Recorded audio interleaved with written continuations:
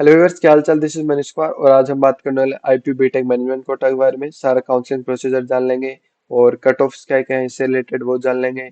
इससे related myths क्या क्या है वो सब सारी चीज़ों के बारे में हम जानकारी लेने वाले हैं। इसके अलावा हम ये भी जानकारी लेने वाले हैं कि कौन से colleges BTech management quota allow करते हैं और क्लास में अगर कोई रिस्पेक्ट तो डाउन नहीं हो जाएगी या फिर यूनिवर्सिटी से कोई अलग रोल नंबर वगैरह तो नहीं आ जाएगा या फिर प्लेसमेंट वगैरह में कोई दिक्कत तो नहीं हो जाएगी। तो इन सारी चीज़ों के बारे में हम जानने वाले हैं। तो आगे हम बढ़ते हैं। सबसे पहले तो हम बात करेंगे कि मैनेजमेंट कोटा होता क्या है। उससे पहले हम कंटेंट की बात कर लेंगे कि मैनेजमेंट कोटा क्या होता है, स्टेप्स क्या क्या फॉलो हम करेंगे मैनेजमेंट कोटा के लिए। तो कुछ कॉमन क्वेरीज हैं वो हम जानने वाले हैं। कुछ मिथ्स होते हैं मैनेजमेंट कोटा से रिलेटेड वो जानने वाले हैं। तो ये सारी चीज़ें जानने वाले हैं। सबसे पहले हम बात करेंगे मैनेजमेंट कोटा क्या होता है। 10% जो सीट्स होते हैं मैनेजमेंट कोटा वाले बच्चों के लिए रिजर्व रहती है। जो जो मैनेजमेंट कोटा के अंदर पार्टिसिपेट कर रहा है या फिर पार्टिसिपेट करने वाला है और एडमिशन लेने वाला है 12th के बेसिस के ऊपर। जो मैनेजमेंट कोटा की रजिस्ट्रेशन फी होती है वो 2500 तक जो यूनिवर्सिटी है वो डिसाइड करेगी। जो कॉलेज ले रहे हैं मैनेजमेंट कोटा से 2500 या उससे कम है तो सारी कॉलेजेस 2500 ही कर रही है जो कि नॉन रिफंडेबल है। जो इंस्टीट्यूट्स होते हैं उनको सब कुछ डिस्प्ले करना होगा कि कितनी सीट मैट्रिक्स है। अपने पोर्टल बनाना होगा अलग से, वहाँ पे स्टूडेंट जाके आप मैनेजमेंट कोटा के लिए अप्लाई कर सकते हैं। तो ये सारी चीजें स्टेप्स क्या क्या फॉलो करने होते हैं। सबसे पहले तो फॉर्म फिलिंग करनी होती है। आप ऑनलाइन फॉर्म फिल कर सकते हैं वेबसाइट पे जाके, ऑफलाइन भी फॉर्म फिल कर सकते हैं, वहाँ पे जाके फॉर्म डाउनलोड करके फॉर्म फिल कर सकते हैं। फॉर्म फिल आप मैंने बता दिया। इसके बाद मेरिट लिस्ट निकलती है, जिन जिन ने फॉर्म किया है उनकी मेरिट लिस्ट निकलती है। और एक और उसके बाद डॉक्यूमेंट वेरीफाई होते हैं कि आपका क्या क्या डॉक्यूमेंट अगर आपने जो डाला है वो सही डॉक्यूमेंट डाले हैं कि नहीं। जो वेरिफिकेशन होती है वो ऑफलाइन होती है इंस्टीट्यूट में जाके। इसके बाद जो आपकी काउंसलिंग होती है वो ऑफलाइन होती है। साथ में आपको डिमांड ड्राफ्ट पूरी ईयर की फीस, फर्स्ट ईयर की फीस लेके जानी होती है। तो डिमांड ड्राफ्ट पहले बना के ले जाना होता है। कुछ कॉमन क्वेरीज स्टूडेंट्स फेस करते हैं। सबसे पहले बात कर लेते हैं मेट, एमएसआईटी और बीपीआईटी के जो फॉर्म्स है वो ओपन हो गए हैं। भारतीय विद्यापीठ और दास के भी ओपन नहीं हुई है। सबसे पहले अगर बात करें कि वो हमें डोनेशन के लिए पूछेंगे तो नहीं। तो अब अगर आप इस ऑफलाइन काउंसलिंग के प्रोसीजर के थ्रू स्टेप बाय स्टेप अगर जाएंगे तो डोनेशन के लिए बिल्कुल भी नहीं पूछेंगे। इसके बाद ऑफलाइन काउंसलिंग में क्या होगा। तो ऑफलाइन काउंसलिंग में अगर आपके डॉक्यूमेंट वेरीफाई हो गए हैं, सब कुछ वेरीफाई हो गया है, तो ऑफलाइन काउंसलिंग में आप कॉलेज जाके विजिट अपीयर करते हैं। वहाँ पे एक ऑडिटोरियम में जाके सब कुछ डेटा कलेक्ट करते हैं ऑफिसर्स। उसके बाद आपको सीट्स अलॉट होती है। सीट्स अलॉट भी आपको परसेंटेज के हिसाब से होंगे, कितनी 12th में परसेंटेज है तो उसके हिसाब से होंगे। जितनी ज़्यादा 12th में परसेंटेज है उतनी ज़्यादा आपके चांसेस बढ़ जाते हैं। इसके बाद बात करते हैं कि कितनी कॉलेज में हम अप्लाई कर सकते हैं। तो आप जितने चाहे उतने कॉलेज में अप्लाई कर सकते हैं जो जो मैनेजमेंट कोटा एडमिशन ले रही है। जैसे जीटी बीआईटी मैनेजमेंट कोटा से एडमिशन नहीं लेती तो उसमें आप अप्लाई नहीं कर सकते। और इसके बाद अगर बात करें कि जेई में अपियर होना कंपलसरी है, हाँ। रैंक आपकी कितनी भी हो, कितनी भी लो रैंक क्यों ना हो, बट जेई का आपका वैलिड एडमिट कार्ड और स्कोर कार्ड होना चाहिए। उसी के हिसाब से आपको सिर्फ जेई मैंने का आपको स्कोर कार्ड ही वो मांगते हैं। बाकी आपके जो सारे प्रोसीजर होता है वो 12th के परसेंटेज के हिसाब से होते हैं। उसके बाद एक क्वेरी आती है कि ऑफलाइन काउंसलिंग सेम डे तो नहीं हो सकती। हाँ, तो ऑफलाइन काउंसलिंग सेम डे हो सकती है। आपकी डॉक्यूमेंट वेरिफिकेशन भी आपको सेम डे हो सकती है। तो ऑफलाइन काउंसलिंग अगर आपको सेम डे हो रही है तो जैसे मैंने कहा कि आप 2 से 3 कॉलेज में आप अप्लाई कर दीजिए, जिससे कि आपको टाइम मिले कि सारे कॉलेज में जाके आप पार्टिसिपेट कर सकते हैं। मेन काउंसलिंग का क्या होगा, तो मेन काउंसलिंग आपकी साइड बाय साइड चलती रहेगी। अगर मैनेजमेंट कोटा से मिल गया तो आप मेन काउंसलिंग में फिर आगे नहीं जा सकते। जैसे आपको राउंड 3 में मेन काउंसलिंग से मिल गया और मैनेजमेंट कोटा में फिर आप अप्लाई करते हैं, तो मैनेजमेंट कोटा से अगर सीट मिल गई तो आपकी वो वाली सीट आपकी जो हो जाती है वो कैंसिल हो जाती है। तो ये आपको ध्यान में रखते हुए चलना पड़ेगा कि कि मैनेजमेंट कोटा की अगर आपने सीट ले ली है तो आपकी जो मेन काउंसलिंग में सीट है या तो आपको मिली नहीं तो ठीक है, ये मिल गई वो कैंसिल हो जाएगी। तो आप थोड़ा ध्यान रखते हुए चले गए। इसके बाद बात करें कि 12th में कितने परसेंटेज रिक्वायर्ड है। 12th में 55 प्लस अगर परसेंटेज है तो ठीक है। जो शॉर्ट शॉर्ट चांसेस है कि सीट मिल जाएगी तो 90+% आपके चांसेस रहते हैं। हाई चांसेस है कि आपकी 85+% है तो आपकी बहुत ही हाई चांसेस है कि आपको सीट मिल जाए। इसके बाद अगर आपको लोअर ब्रांचेस अगर आपको अलॉट होती है तो आपकी 80 बिलो परसेंटेज है तो अलॉट हो जाएगी आपको लोअर ब्रांचेस।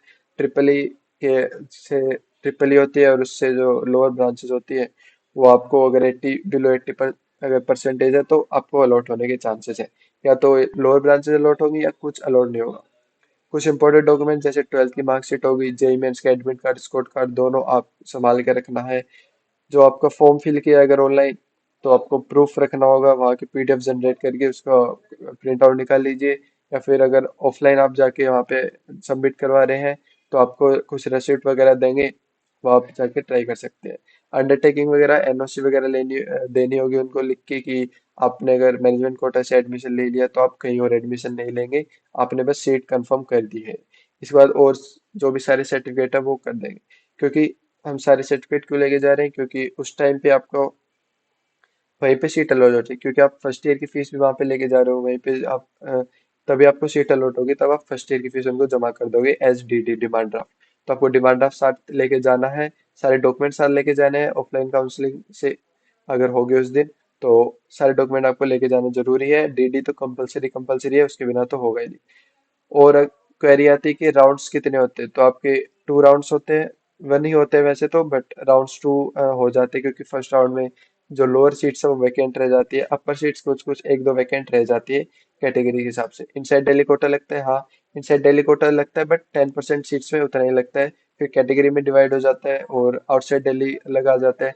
सारे कोटा वगैरह मिला के ही 10% सीट्स है। एडमिशन लेने के बाद कोई पार्सलिटी तो नहीं होगी, यूनिवर्सिटी अलग से कुछ रोल नंबर तो नहीं दे देगी, या फिर अलग से कोई ग्रुप तो नहीं बना लेंगे, या फिर टीचर अलग से बिहेव तो नहीं करेंगे कि ये मैनेजमेंट कोटा वाला है तो इसको अलग हम अलग से नंबर दे देते हैं, या फिर कोई अलग यूनिवर्सिटी आपको रोल नंबर तो नहीं दे देगी। बाकी प्लेसमेंट्स में कोई अगर दिक्कत तो नहीं होगी, तो ऐसा कुछ भी नहीं है।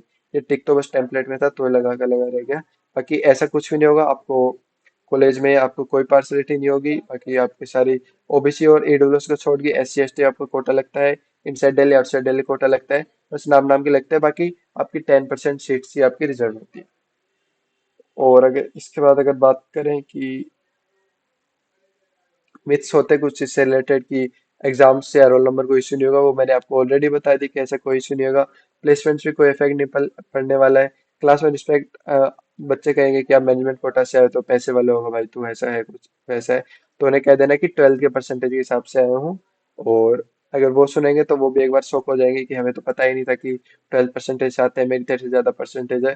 पर तब तक टाइम निकल गया होगा, तो आप रिस्पेक्ट वगैरह सही रहती है क्लास में। बिल्कुल आप जैसा कि मैंने कहा कि एक बार कॉलेज अगर आप चले जाते हो, एंटर हो जाते हो, उसके बाद सारों को इक्वली ट्रीट किया जाता है। तो अगर आपको अदर प्राइवेट कॉलेज में अगर आपको जाना चाहिए, क्योंकि आप मैनेजमेंट कोटा से ले रहे हो, तो मैनेजमेंट कोटा से अगर आपको टॉप कॉलेजेस की टॉप ब्रांचेज मिल रही है तो आप क्यों ही जाओगे अदर प्राइवेट कॉलेज में। या फिर आपको मेन काउंसलिंग से, तो मेन काउंसलिंग अच्छी ब्रांच मिल रही है तो फिर मैनेजमेंट कोटा से मत जाओ। या फिर आपकी जेई में लो रैंक है तो फिर आप मैनेजमेंट कोटा से जाओ। तो ये सारी चीजें नॉर्मल है, आप बिल्कुल बेसिक है, तो आप वो आप इनिशियलाइज कर लीजिए सारी, मतलब पूरा आप रिसर्च कर लीजिए। इसके बाद है कुछ डीडी ब्रिंग करना कंपलसरी है, हाँ डीडी ब्रिंग करना बिल्कुल कंपलसरी है, वरना जो आपको सीट मिल जाएगी वो भी आपके हाथ से चली जाएगी। तो हर एक कॉलेज के लिए अलग अलग डीडी आपको बना के लेके जाना होता है, तो डीडी कंपलसरी होता है। बाकी कोई कंपटीशन वगैरह होता है, हाँ कंपटीशन पूरा होता है। 96 परसेंटेज वाले, 95 परसेंटेज वाले बच्चे भी अपीयर करते हैं, क्योंकि उनके जेई में कम रैंक आई होती है और उनको मैनेजमेंट कोटा के बारे में पता लग जाता है, तो ऐसे ही हो जाता है और वो फिर आके अपीयर कर जाते हैं। इसके बाद अगर हम आगे बढ़े कि कंक्लूजन क्या है, कंक्लूजन नंबर 1 है कि कोई डोनेशन फीस आपको नहीं मांगी जाएगी अगर आप रेगुलर इस काउंसलिंग से आए हैं, रेगुलर स्टेप्स फॉलो किए हैं।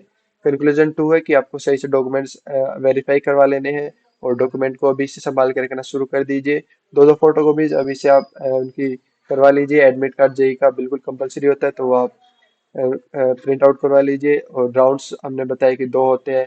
अप्रोक्स चांसेस हमने बता दी कि कितने परसेंटेज में कितने चांसेस होते हैं। और भी मतलब सारी चीज हमने बता दी है। जैसे कंक्लूजन नंबर 3 है कि अगर आप टॉप कॉलेजेस में अगर आपने एडमिशन ले लिया तो बाकी प्राइवेट कॉलेज जाने की कोई जरूरत नहीं है, क्योंकि आगे जाके कोई पार्शलिटी आपको नहीं होती। आई होप कि आपको सब कुछ समझ में आ गया होगा। बाकी मिलते हैं आपको नेक्स्ट वीडियो में, अभी के लिए इतना ही। कुछ समझ ना आया हो तो बिल्कुल नीचे क्वेरी आप अपनी टाइप कर सकते हैं, मैं आपको अंडर 1 आवर रिप्लाई करने की पूरी पूरी कोशिश करूंगा। ये बाकी सारी कट ऑफ है, बीपीआईटी कट ऑफ है आ गई है। बाकी नोट्स वेबसाइट वो आप चेक कर सकते हैं, सेम वन में आपके काम आने वाली है। डॉक्यूमेंट्स क्या क्या रिक्वायर्ड होते हैं वो आप चेक कर सकते हैं। भारतीय विद्यापीठ एमएसआईटी की कट ऑफ जाके देख सकते हैं, मेट की कट ऑफ जाके देख सकते हैं। ब्रांच अपग्रेडेशन क्या होता है उसके बारे में जाके चेक कर सकते हैं। फर्स्ट ईयर में कौन सी कोडिंग लैंग्वेज पढ़े, इन सारी पूरा चैनल भरा पड़ा है नॉलेज से। व्यूज कम है बस, बाकी जाके आप सारे ट्राई कर सकते हैं। तो ये था पूरा मैनेजमेंट कोटा का प्रोसीजर। कि कैसे मैनेजमेंट कोटा वर्क करता है, कैसे स्टेप्स फॉलो करने होते हैं, फिर कैसे क्या पूरा सीन होता है। तो आई होप कि आपको वीडियो पूरा समझ में आ गया होगा, और मिलते हैं आपको नेक्स्ट वीडियो में। Till then bye, take care, keep learning.